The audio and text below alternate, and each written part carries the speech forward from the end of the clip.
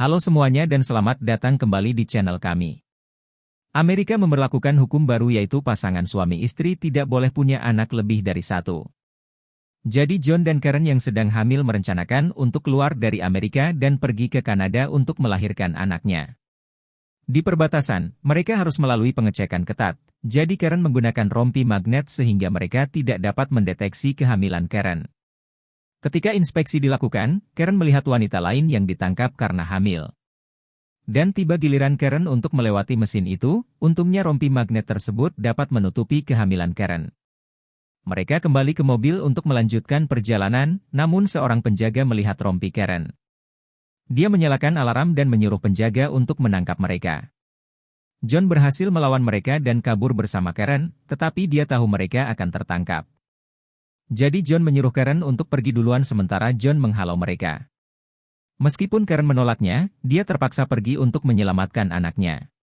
John ditangkap dan dibawa ke penjara bernama Fortress bersama dengan penjahat lainnya. Penjara ini terletak di tengah padang pasir, dan memiliki tingkat keamanan yang canggih, sehingga tidak ada orang yang bisa kabur. Ketika mereka tiba di sana, mereka disuruh melepaskan pakaian, dan disambut oleh Direktur Po dari televisi.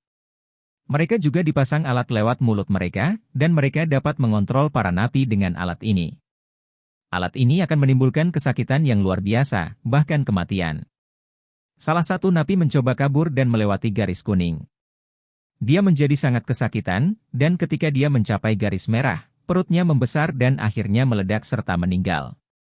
John dan Nino kemudian dibawa ke sel di bawah tanah. Ketika mereka tiba di sana, napi yang ada di sana bernama Styx berkata kalau sel ini telah penuh, tetapi para sipir mengancam akan membunuh mereka. John mencoba berteman dengan napi lain bernama Didi dan Abraham, lalu Abraham berkata supaya John tidak bermimpi dalam tidurnya. Ketika John tidur, kamera itu memindai otak John dan melihat mimpinya. John sedang bermimpi bersetubuh dengan istrinya. Direktur Po yang melihat istri John menjadi tertarik kepadanya, dan dia membangunkan John serta menegur dia untuk tidak bermimpi, karena di penjara ini, napi dilarang bermimpi. Anjir, emang bisa mengontrol mimpi ya? Kemudian para napi harus bekerja di pabrik milik Mantel. Salah seorang napi bernama Maddox melecehkan Nino di pantatnya, dan John memukul Maddox untuk menyelamatkan Nino. Para sipir melihatnya dan mengaktifkan alat di usus mereka, sehingga mereka kesakitan. Mereka kemudian dikurung di sel kecil, sambil mereka menjalani interogasi. Nino takut akan ancaman Maddox, jadi John mengorbankan dirinya dan berkata kalau dia yang memulai pertengkaran itu. Dia kemudian dibawa ke kantor Po. Di sana, dia ditunjukkan video tentang Karen, rupanya Karen juga berhasil ditangkap. Dia kemudian mengaktifkan alat usus dan membuat John dan Karen kesakitan. Abraham kemudian berkata kalau lantai A dan B adalah penjara wanita, dan Karen mungkin berada di sana.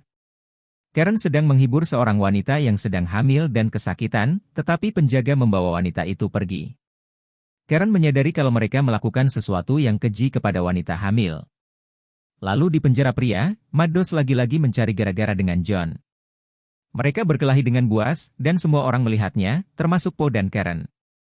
John berhasil mengalahkan Maddox dan mendorong dia ke jurang. Ketika Maddox berpegangan untuk menyelamatkan hidupnya, Po menyuruh John untuk menghabisinya. Tetapi John tidak mau dan malah menolong Maddox. Sebagai gantinya, Po mengaktifkan alat usus itu dan membunuh Maddox. John mengambil alat usus Maddox dan menyerahkannya diam-diam kepada Nino, sementara penjaga membawa John pergi. Karen dibawa ke tempat John ditahan di sebuah alat yang dapat menghilangkan memori. Mereka hanya dapat mengobrol sebentar, dan Karen pun dibawa pergi. Po menjalankan mesin itu dan membuat John berhalusinasi. Setelah hari ketiga, Karen dipanggil menghadap Direktur Po, dan dia kagum terhadap kekuatan John yang dapat bertahan selama itu.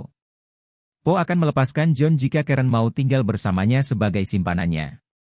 Karen tidak kuat melihat suaminya disiksa, jadi dia pun menuruti permintaan Po. Ketika John kembali ke selnya, dia menjadi orang yang berbeda. Dia hanya diam saja, dan tidak merespon terhadap rasa sakit. Suatu hari, Karen melihat Po sedang berada di sebuah mesin. Rupanya Po telah menjadi separuh mesin, sehingga dia tidak perlu tidur ataupun makan, hanya perlu suntikan protein sebulan sekali. Bayi yang baru lahir di penjara itu juga akan menjadi separuh mesin, sehingga nantinya manusia akan bebas dari kelaparan. 4 bulan berlalu, dan John pun masih belum kembali normal. Abraham berkata kalau perut Karen telah membesar, dan bayinya akan segera lahir. John tidak bereaksi, tetapi dalam hati dia sedih dan meneteskan air mata. Malam itu, Karen membujuk Po untuk minum alkohol hingga mabuk. Dia menggunakan mesin dan membuat John bermimpi melihat dirinya sendiri ketika kecil yang terjebak di suatu lubang. Karen menolong dia dari lubang itu, dan John menjadi normal kembali seperti semula. Teman-temannya menjadi senang karena John telah kembali normal, dan John meminta mereka untuk menolong dia kabur dari sana. Abraham kemudian memberitahu Karen kalau John telah kembali normal dan merencanakan untuk kabur dari sana. Karen sangat senang melihat rencananya berhasil. Nino kemudian memberikan John alat usus yang ada di dalam Maddos. John kemudian meminta DDI untuk mempelajari alat itu. Karen kemudian mengambil peta hologram, dan dia hampir ketahuan oleh Po. Dia menyembunyikan peta itu di mulutnya, dan keesokan harinya dia memberikan peta itu kepada John lewat Abraham. Mereka menggunakan laser di sel mereka dan menemukan jalan keluar lewat tempat yang sedang direnovasi. Keesokan harinya, Abraham mengembalikan peta tersebut, sementara Po meminta Karen untuk menikah dengannya dan meninggalkan John. Dia berjanji untuk menjaga anaknya dengan baik, dan melepaskan John. Karen pun menyetujui Po untuk sementara.